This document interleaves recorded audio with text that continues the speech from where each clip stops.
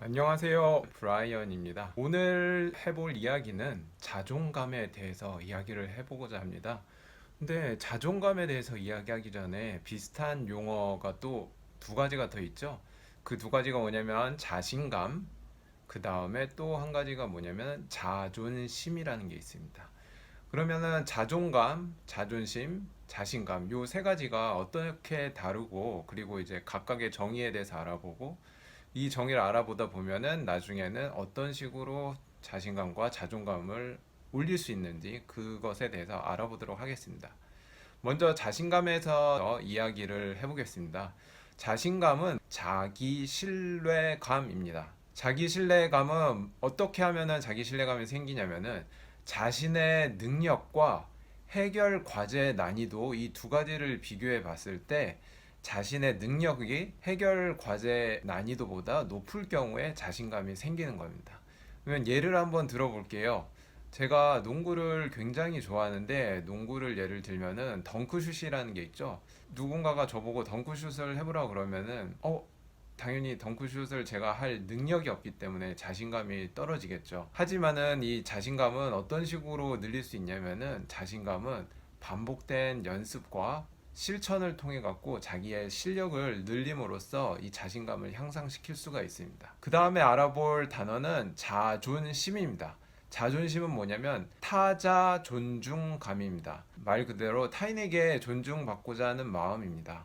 한 예를 들어볼게요. 옛날에 백화점에서 어떤 굉장한 부자 모녀가 있었는데 아르바이트생이 좀 불친절하게 했다는 이유 하나만으로 주차장에서 그 여자 20대 아르바이트생을 무릎을 꿇히고 엄청난 삿대질과 그리고 험한 말을 굉장히 해대서 사회적으로 이슈가 됐던 적이 있었죠. 이 같은 경우에는 보면은 자존심이 세서 이런 문제가 발생됐던 겁니다. 자존감이 세서가 아니라 자존심이 셌던 거예요.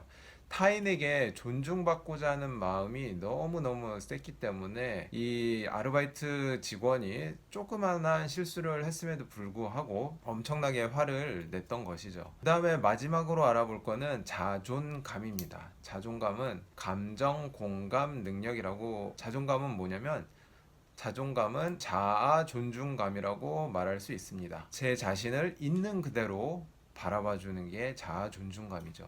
지금 내가 키가 170이고 몸무게는 90kg가 나가고 얼굴은 굉장히 못생겼고 그리고 여드름 투성이에 이성에게 아무런 인기가 없다 손 치더라도 이러한 내 자신의 있는 모습 그대로를 받아들이고 사랑하고 들을 갖추는 것을 자존감, 자아 존중감이 높다고 말합니다. 그러니까 방금 전에 말했던 자존심 이야기와 연계돼서 하는 말인데 아까 갑질했던 부자 모녀 같은 경우에는 자존감은 굉장히 낮은 케이스라고 볼 수 있어요. 왜냐하면 자존감이 높은 사람은 자기 자신이 소중하다라는 것을 알고 있는 사람들이기 때문에 자기뿐만이 아니라 타인도 그만큼 자기 자신만큼이나 소중하다라는 생각을 하게 됩니다.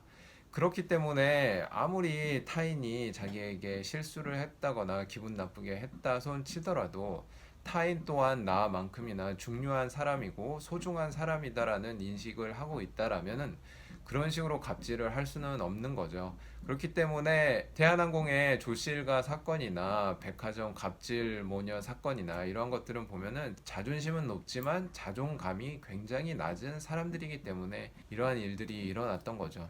그러면 여기서 중요한 점이 그러면 어떻게 하면 자신감을 올릴 수 있고 또 자존감을 올릴 수 있나요? 라는 질문을 많이 해주십니다. 자신감은 아까 설명드렸던 대로 자신의 능력과 그리고 해결해야 될 과제의 난이도가 상이할 때 자신감이 떨어지는데요. 반대로 자신의 능력이 해결해야 될 과제의 난이도보다 높을 경우에는 자신감이 올라가고요. 그렇기 때문에 자신감을 올리는 방법은 말 그대로 자신의 능력을 올리는 방법밖에 없습니다. 자신의 능력을 올리는 방법은 무엇이냐? 연습을 꾸준히 하는 겁니다. 연습을 꾸준히 해서 실력을 늘리는 겁니다.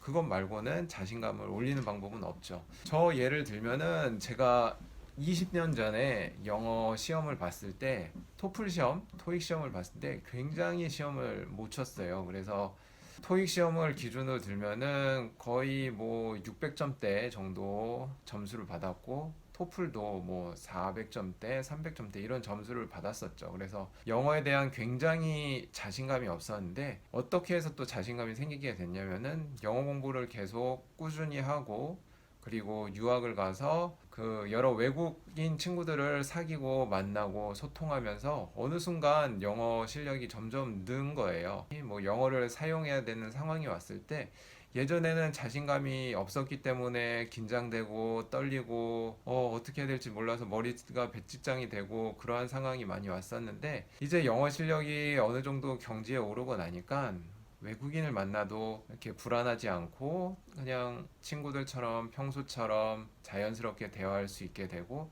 자신감도 점점 더 생기게 됐던 겁니다. 그러면 자존감은 어떤 식으로 해서, 그러니까 자존감은 어떻게 증가시킬 수 있을까요? 자존감을 올리는 방법은 가장 쉬운 방법은 작은 성공 성취를 여러 번 경험하는 겁니다. 작은 성공을 어떤 걸 말하냐면요. 어렵지 않아요. 매일매일 하루 살아가면서 있어서 매일매일 목표, 사소하지만 작은 목표들을 세웁니다. 예를 들면은, 오늘은 하루에 윗몸 일으키기를 뭐 10번을 한다든지 매일매일 아니면 아침에 일어나서 나는 이불을 개야겠다라든지 이런 작지만 사소한 것들을 이렇게 목표로 잡아놓고 매일매일 이거를 성취해 나가면 성취해 나갈 때마다 이렇게 기록을 해 나갑니다. 이러한 기록이 쌓이고 성공 성취가 쌓이면 쌓일수록 자존감은 점점 올라가게 됩니다. 나를 사랑하는 마음, 이 자존감은 이러한 작은 성공 성취들이 쌓여가지고 올라가는 것이기 때문에 여러분들도 자존감을 올리기 위해서 작지만 사소한 것부터 시작하시면 좋을 것 같습니다. 이 자존감이 높은 대표적인 제가 연예인을 예를 들면은 박진영 씨랑 유재석 씨를 들 수가 있는데요. 박진영 씨 같은 경우에는 솔직히 가수로 활동하기에는 뭐 외모가 그렇게 호감적인 외모는 아니고 그럼에도 불구하고 박진영 씨는 매일매일 자기만의 사소하지만 작은 목표를 세우고 그 목표를 달성하기 위해서 지속적으로 꾸준히 노력을 했습니다. 이러한 꾸준한 노력이 쌓여서 작은 성공들을 이루게 되고 좀 쌓이다 보니 이 작은 성공들이 쌓여서 또 큰 성공을 이룰 수 있게 되고 큰 성공이 다 이루어지고 그런 식으로 이런 성공 경험이 쌓여서 박진영 씨도 자존감이 올라갈 수 있었던 거죠. 오늘은 자존감 올리는 법에 대해서 같이 고민을 해봤고 어떤 식으로 자존감을 올릴 수 있을지 여러 가지 비슷한 용어를 들어서 설명을 해보았어요. 자신감, 자존감, 그리고 자존심. 자신감은 연습을 통해서 실력을 쌓으면 자신감이 쌓이는 것이고 자존감은 작은 성공 성취를 싸움으로써 통해서 자존감이 올라간다는 사실을 기억해 주셨으면 합니다. 그러면은 오늘은 여기까지 하고요. 이제 마칠게요. 다음에 보겠습니다. 안녕히 계세요.